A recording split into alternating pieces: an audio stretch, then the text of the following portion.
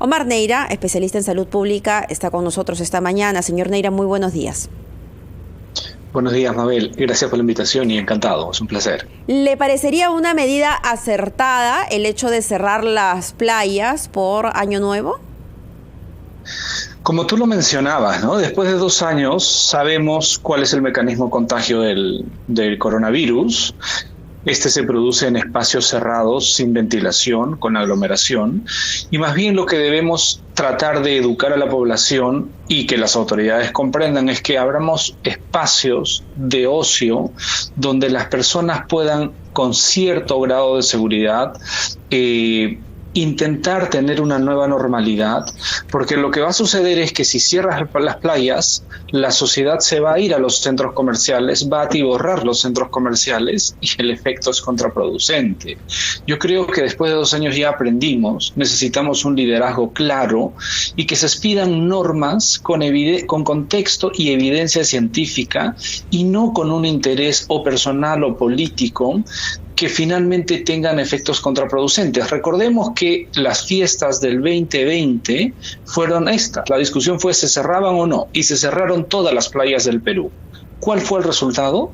Tuvimos la segunda ola. Así es. Porque la gente finalmente se congrega o se concentra en otros espacios cerrados. Mabel, lo que tenemos que hacer es educar a la población que los espacios abiertos son relativamente seguros comparados con los cerrados. Y es ahí donde la población, al comprender que el mecanismo de contagio es ahí, va a ir aprendiendo a tener una nueva normalidad. Pero Omar, ¿cómo se puede también verificar el cumplimiento de las normas dentro de o en el espacio correspondiente a las playas? Porque hemos visto imágenes del día 25 en Aguadulce en las cuales no se respetaba absolutamente nada, la gente ingresaba, estaba muy junta, hemos visto gente sin mascarilla, entonces eso también puede significar un riesgo menor, obviamente, que un espacio cerrado, por supuesto, pero ¿cómo se puede en ese contexto, ¿no?, verificar el cumplimiento de las normas de seguridad que todos debemos guardar en esta pandemia?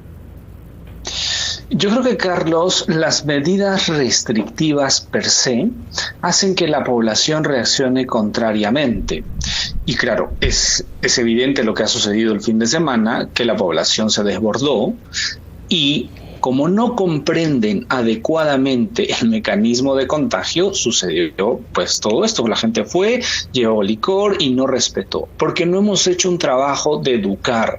El cambio de conducta en este tipo de pandemias es especialmente importante. Mientras no comprendamos cuánto puede aportar la sociedad para el control adecuado de la crisis sanitaria, seguimos dando vueltas en un mismo círculo después de 2 años. La población tiene que hacer mucho en esto y tiene que ser el comprender cómo nos contagiamos, qué debemos hacer para evitar el contagio. Pero si solo damos normas restrictivas e indicamos y decimos que el 31 de 11 de la noche a 4 de la mañana hay toque de queda, pero no explicamos el por qué, lo que ha sucedido en Navidad es que las familias se han reunido en espacios cerrados. Sí. Finalmente eso lo vamos a ver en las próximas semanas, va a suceder el 31. Pero si explicamos a la población y le decimos es muy peligroso reunirse en espacios cerrados, evita juntarte con muchas personas y que sean en espacios abiertos, y explicar que los espacios abiertos como las playas tiene que tener una cierta cantidad de personas, y cuando tú llegas, lo que decía Mabel hace un momento o al hacer una introducción, que si yo veo la playa completamente llena y entiendo que ahí hay un riesgo, me retiro y busco otra playa o otro espacio, pero no hemos hecho ese cambio de conducta. Eso es mucho más potente que medidas restrictivas, porque va a suceder lo que hemos visto durante estos 2 años. ¿Y qué se tiene que hacer para lograr ese cambio de conducta, o qué es lo que se debió hacer? Mabel, eso se llama en salud pública promoción de salud. Es hacer una educación en distintos niveles, de formas adecuadas, de distinta manera. No es solo una publicidad en televisión, incluye todo un proceso de educar a la población de cómo es el mecanismo de contagio, hacer una serie de campañas sean a nivel de prensa, a nivel de población, comunidad, y ese es el trabajo del primer nivel de atención en el Ministerio de Salud, que por cierto sigue cerrado en muchos aspectos, y por lo tanto no hay quien eduque, y si no hay quien eduque no se cambia conductas. Pero esa ausencia de comunicación ha estado presente desde un inicio de la pandemia, en el gobierno de Vizcarra, en el gobierno de Sagasti, en el gobierno de Castillo. Ha sido una constante que nos ha ido afectando. No sé si es un menosprecio a las comunicaciones, ¿no? Que, a ver, cuando uno habla de comunicación dice, la televisión o la radio. No, como bien has dicho, hay otros métodos para comunicar que son bastante efectivos y que en otros países también se han aplicado para sensibilizar y para lograr un cambio de conducta. En otras oportunidades se ha podido lograr eso, un cambio de conducta. En esta oportunidad hemos visto que inclusive las multas no inmutan a la población. Así es. ¿Por qué los políticos no apuestan por este cambio de conducta de raíz? Porque no tiene un impacto mediático importante.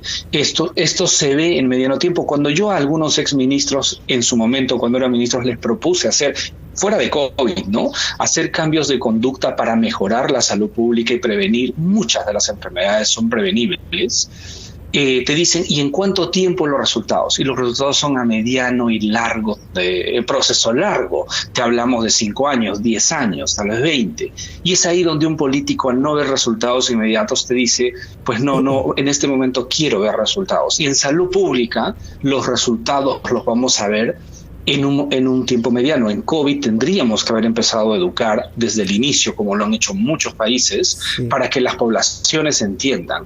Quienes mejor han comprendido estos procesos de educación, por ejemplo, el uso de la mascarilla adecuada, son los más pequeños. Los más pequeños comprenden mejor que los adultos la importancia del uso de la mascarilla. Ese es un ejemplo claro de cómo se puede cambiar conductas con un manejo adecuado y una estrategia adecuada, ¿no? Omar, quería preguntarle yo sobre esta disposición que hay, entre otras, respecto al retorno a la presencialidad en los colegios para el 2022 y básicamente que se establezca un máximo de 4 horas diarias de presencialidad en los colegios en las zonas urbanas. Hay aquí una discrepancia entre los ministerios de Educación y de Salud, falta de acuerdo. Pero ¿usted cree que hay un criterio, diremos, técnico o vinculado a la salud que justifique una medida de esta naturaleza? ¿Solamente 4 horas diarias en los colegios?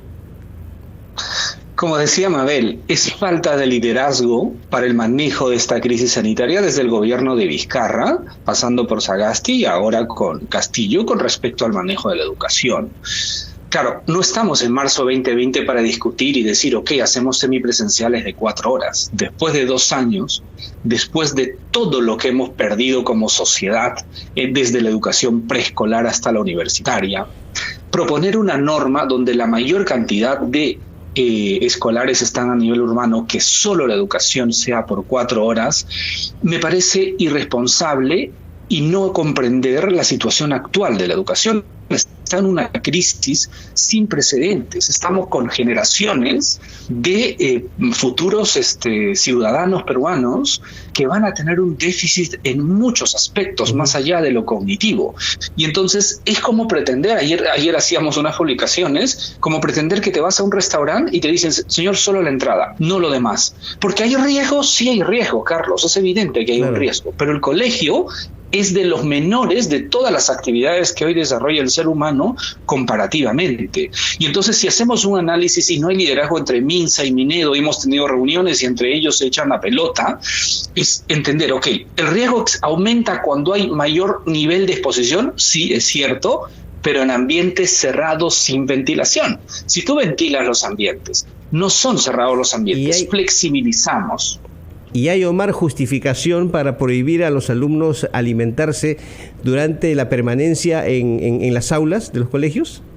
Otra medida. Perdóname, Carlos, que no sea educado al responderte esto, pero y el ministro de Salud, ¿qué dice de los niños almorzando en restaurantes, en supermercados llenos de gente? O sea, ¿en los restaurantes no se contagian?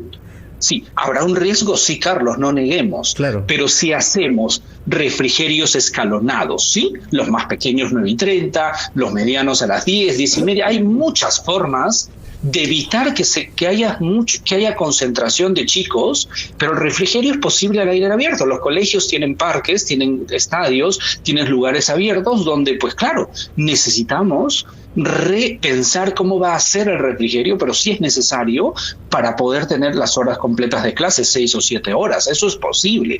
¿Requiere esfuerzo? Sí, Carlos. Y los burócratas, pues finalmente no quieren trabajar. Mira, en esta norma tendría que haber salido que el control y sobre todo monitoreo del tema sanitario lo tenía que hacer el MINSA a través de su primer nivel de atención, llámese una posta o centro de salud que monitorice un colegio, no para cerrarlo, sino para ayudar que siempre esté abierto y controlar un posible brote. Y eso no dice la norma, porque claro, es trabajo para el burócrata y todo se lo deja a los padres, al colegio, a los profesores, a los directores. Finalmente, si como sociedad no comprendemos que todos tenemos que salir de esta crisis y que la educación regrese como producto de un trabajo coordinado, pues apaguemos las luces, Carlos, y cerremos. Un año más sin clases presenciales es llevar al abandono a un futuro. Es terrible, Carlos, es terrible. De acuerdo, muchísimas gracias, señor Neira. Esperemos que esta norma técnica para que da los lineamientos para el retorno a las clases, que nos han dicho que es flexible, pueda mejorarse en los próximos meses, y también vamos a esperar qué es lo que se decide en esta reunión que tendrá el MINSA con diferentes autoridades para evaluar si es que se cierran o no las playas, y ya lo estaremos comentando. Era Omar Neira, especialista en salud pública. Escuchamos los titulares y volvemos.